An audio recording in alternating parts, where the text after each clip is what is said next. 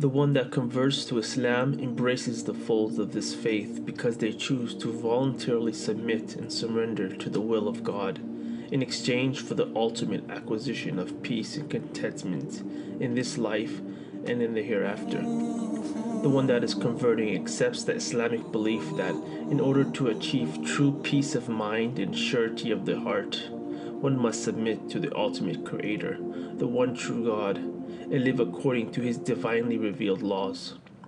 The one that converts comes to the understanding that no one is worthy of his worship and veneration except the one true Creator, the Creator of this world and everything it contains.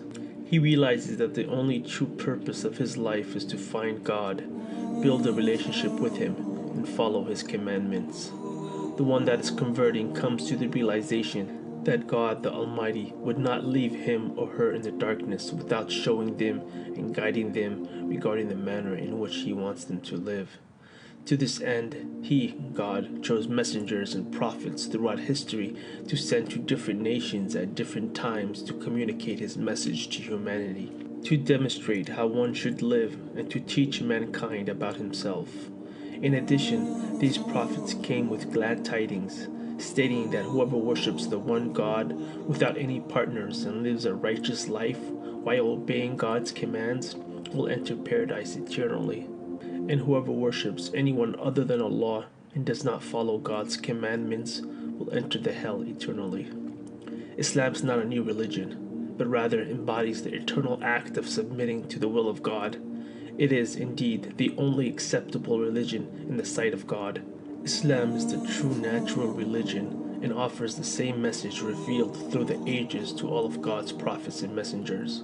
The one that is converting realizes that Islam will change his or her life for the better, and that Islam will provide the light to guide them in their life as well as grant them true salvation from the eternal hellfire. The one that searches for his purpose in life as well as for his Creator and is sincere and curious to learn the truth, that person will eventually be guided to the truth by the will of God and by His mercy, love, and justice. God guides whom He wills and whom He pleases.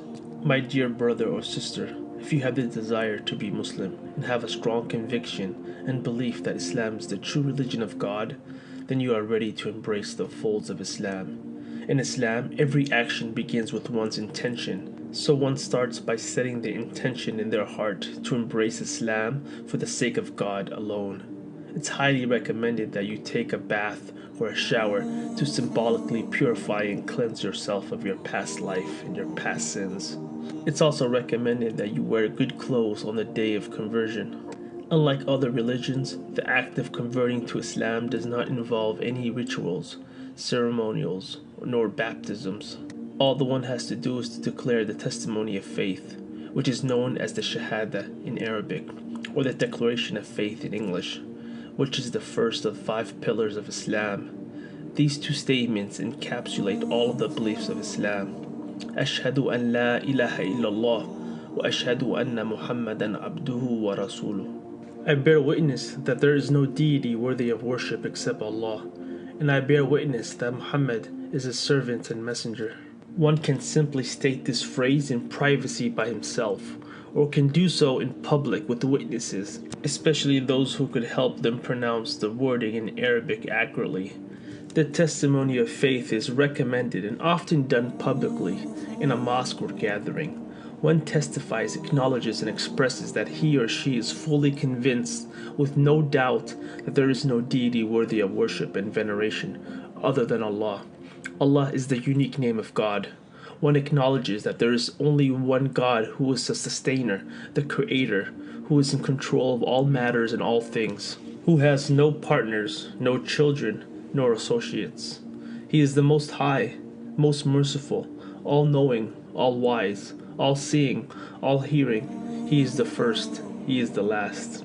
One also testifies and acknowledges that Muhammad, peace and blessings be upon him, is the last and final messenger of God, who was sent to relay the same general message as the prophets before him.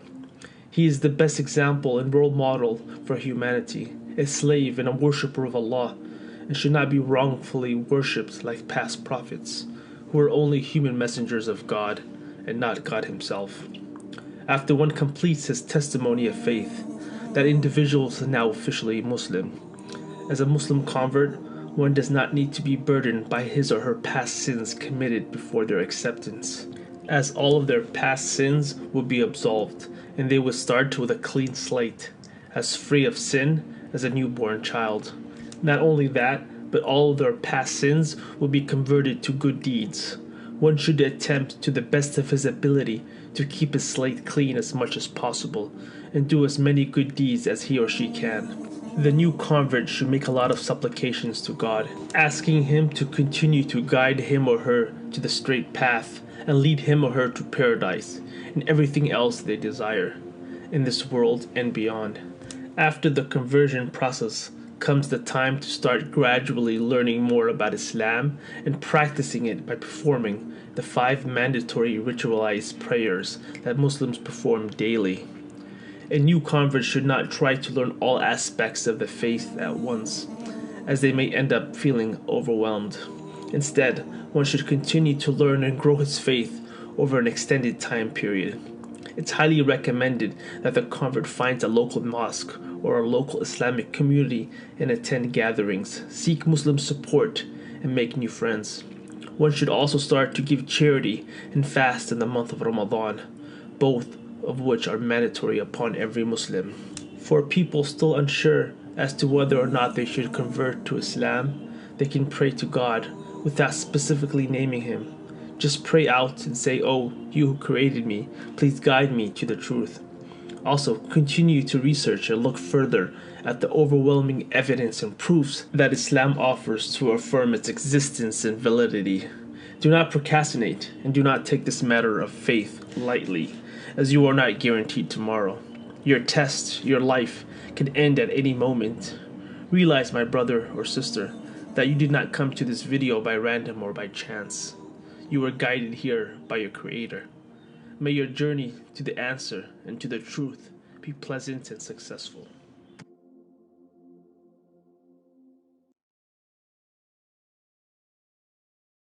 Our Prophet narrated, "Whoever guides another to a good deed will get a reward similar to the one who performs it." So please like, subscribe, and share this video. Assalamu alaikum.